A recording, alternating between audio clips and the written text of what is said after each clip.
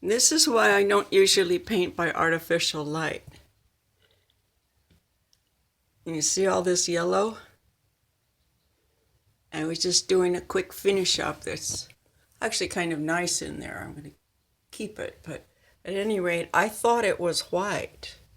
As I was finishing up, I was painting by artificial light. Here's my palette. I wanted to do a little palette talk anyway. Over here, I keep my white right here, and then I mix colors into it. And this was reading as white last night. I put straight yellow on there instead of white. So I'm just going to paint over it with white and let that yellow show through because it actually adds some nice variety to this by accident. Yeah. So a little palette talk. Generally, when I paint, well, it's good painting practice, is I will fill up my palette with what I need. I put this yellow out like a little late last night just to grab it for something, and I shouldn't have, because here's where I usually put my yellow. So my palette is like a typewriter board. There's no red on this one, but I've got my two blues over here, my reds are over here, and my yellow should be here, and my white over here. So I've got a nice umber brown, I have a yellow ochre that was in there, yellow in there. Both of these are, I think, the cobalt blue and a cerulean blue. And my gel medium. Now I'll put more of what I know I'm going to use, but I try to put out a full palette so that when I'm mixing on my palette here, and I'm mixing up something with the white, and I can find the complement to the color that I'm mixing with white to put it in there so it doesn't kill it.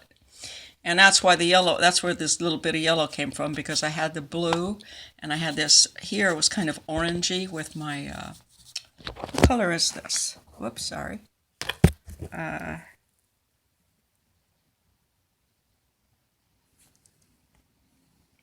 Red iron oxide.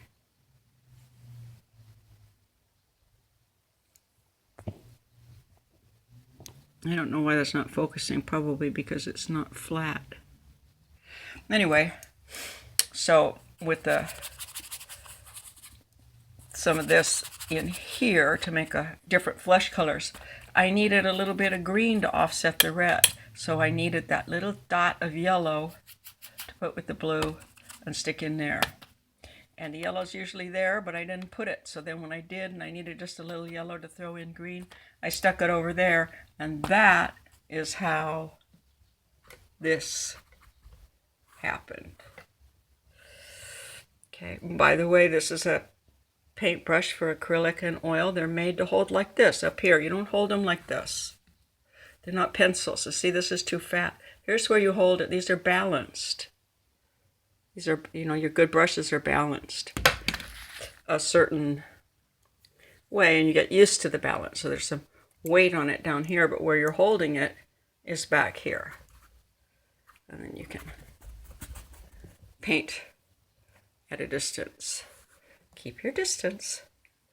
All right. So, the other thing is when you have a full palette with your all of your colors that you usually use on it, or the ones that you've chosen for the painting, and the complements, then while you're painting, you can see that I did that here with this yellow. You go around different places with it while it's on your brush so that your whole canvas is unified, okay? You don't just, and you also, when you paint, this is the best practice, this is traditional, you paint the whole canvas. Don't paint like a billboard. I mean, some people do, and they come up with beautiful paintings that way. That's a way. But it gives a kind of a flatness, and if you want that, that's fine.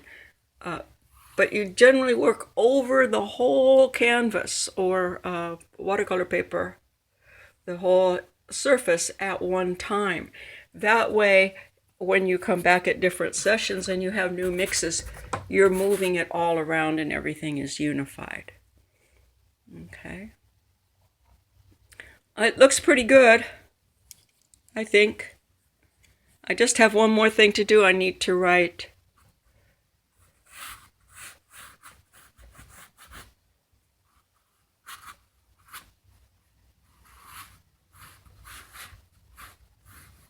"加油" on top of it in Chinese.